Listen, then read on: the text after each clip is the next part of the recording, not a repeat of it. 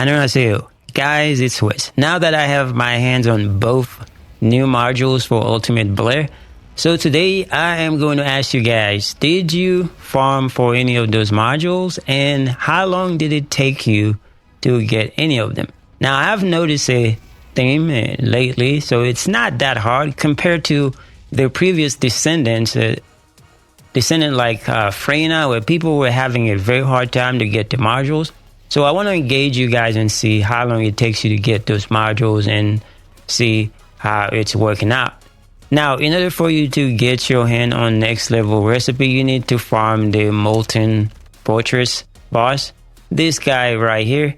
So just do it on public or private, whichever way. I would recommend you do it on public because there's a lot of people farming, and you should be able to get this in no time. It took me about 10 to 15 runs to get it, so it's not as bad compared to Freyna's modules in the past where it took so long to get them. And so how does it work?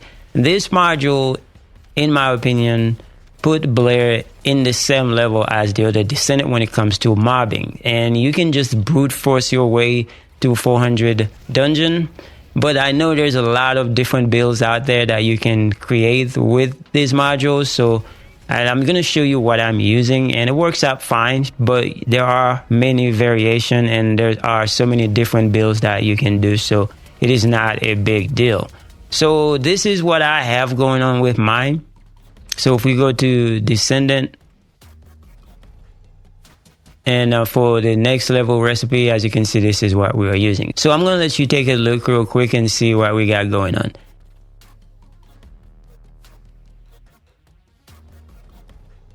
So basically with this setup, you're getting yourself the crit modules, you're also getting yourself some health, you're getting yourself some cooldown, and you're getting yourself some duration for the module. So these are the skills. Now the first one, compared to the previous way that you play Blair, where you just have to spread the fire around, in this one you just hit the button and you keep walking and you are spreading fire. But now there is a time limit that you can reapply it. So if you do it too fast, then it just take over the other one. So you just got to wait.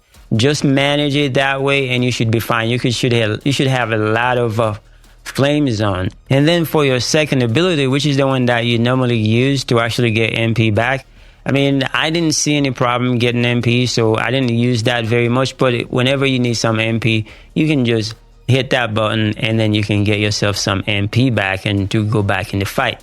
But the big thing is the third ability. This one right here is the one that you can use to brute force your way through the enemy in any content that you are playing.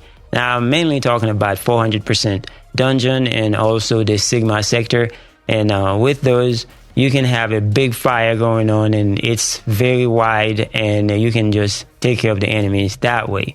And there's nothing much to it. It's just a matter of you burning the ground, taking the enemies with fire, and then just brute force your way with your third ability. And from time to time, you can use your Deadly Cuisine, which is the big bang for your buck, where there are some beefy enemies, so this takes care of them in that way. And when it comes to everything else, when it comes to the passive, there's nothing much to it. Skill critical hit damage, and then skill critical hit rate. And that's classic Blair right here. This is Blair in a nutshell. So there's not much to it. So if you're looking at the stats, really, make sure your cooldown is as good as you want it, because you can make some different decision when it comes to your cooldown and which mods that you use. Now, when it comes to survivability, I normally use 2 different modules so I can have as much health as possible to stay alive, and because I don't like to fall over in this game. But this time I opted out for just one, and that's Stem Accelerant. Now, you can use a different module if you want to, because you also have the increased HP that you can use, because this one gives you a negative MP. But I do not have any issues with MP in this build, so I don't worry about it. But again, you can try a different option. And so that leaves out some room for you to use different mods if you just go this route. Now, when it comes to weapons for this setup, it really doesn't matter which weapon that you use. The one thing that is important is just make sure that your weapon matches your mounting on your reactor. So that's the only thing that really matters. But you can use whatever you want, whether you're using the weapon for speed or whatever, then it really doesn't matter. So for me, whether I'm using a handgun, a hand cannon, or a machine gun, so I just make sure that at least one of them is in my reactor, which brings us to the reactor that we are using. Of course, a fire reactor, but I'm using fire skill power boost ratio and dimension skill power boost ratio, because Blair is all about a dimension. All 3 skills are dimension except for one, so it makes sense to actually have the dimension skill power boost ratio on your reactor. Other than that, you can see on the bottom I have skill duration up or dimension skill power boost ratio, but you can have whatever you want. I don't think that's gonna really be any negative on the part of your setup. Now, when it comes to components, the Slayer set is always going to be better when it comes to doing damage and also clear speed. And that's the reason why I tested the Slayer set and also testing my regular setup, which is a combination of different type of components. And this is the setup for the Slayer set. I have this one right here, but I also have this other setup.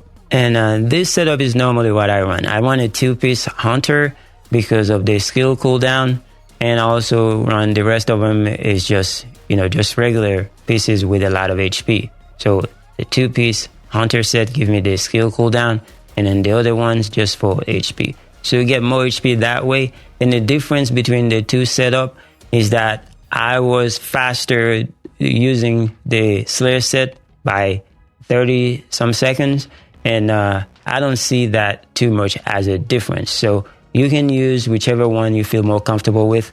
But again, the Slayer set is always reigns supreme when it comes to doing damage and clear things a lot faster. Now, as far as the arcade tuning, I still haven't maxed out my arcade tuning, but this is where I am so far. I'm at level 32, and this does pretty good. But this is my setup, so I go ahead and get all the skill here and get the big node for skills, and then I also go up and then trying to get some skill critical hit damage.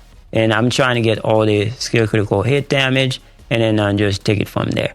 And then the rest of it, you can have different setup. You can decide to go with health instead of going up that way. You can just go down and get the health node, or even you can even try to get the defense node here just for some defense.